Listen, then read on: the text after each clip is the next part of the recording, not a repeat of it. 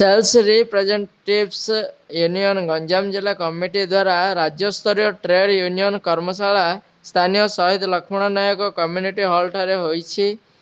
प्रथमे शहीद लक्ष्मण नायक प्रतिमूर्ति रे पुष्पमाल्य अर्पण करी आरंभ होइथिबा कर्मशाला को कमरेड अली किशोर पटनायक उद्घाटन करी अंतर्जातीय और जातीय परिस्थिति एवं श्रमिक और कर्मचारी मानक उपरे हेउथिबा अत्याचार व आक्रमण उपरे वक्तव्य रखिथिले।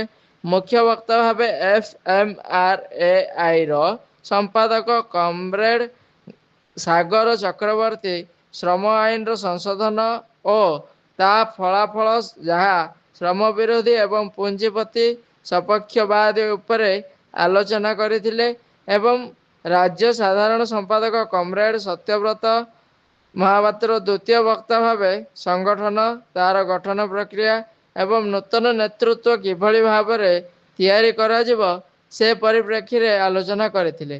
कर्मशाला रे औषध दरदाम नियंत्रण करने, औषध उपरे 0% जीएसटी, राष्ट्रायत्त औषध शिल्पर पुनरुद्धार करने, ऑनलाइन औषध बिक्री बंद करने और स्वास्थ्य क्षेत्र में जीडीपी रो 5% खर्च आकलन करी जनसाधारण को स्वास्थ्य सेवा जोगाई इत्यादि दाबी करा जायतिला।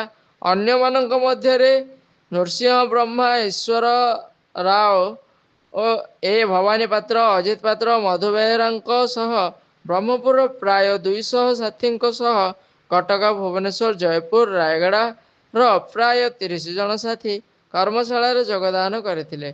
शेषर जिला संपादक कमरेड सुबोध साहू धन्यवाद अर्पण करथिले।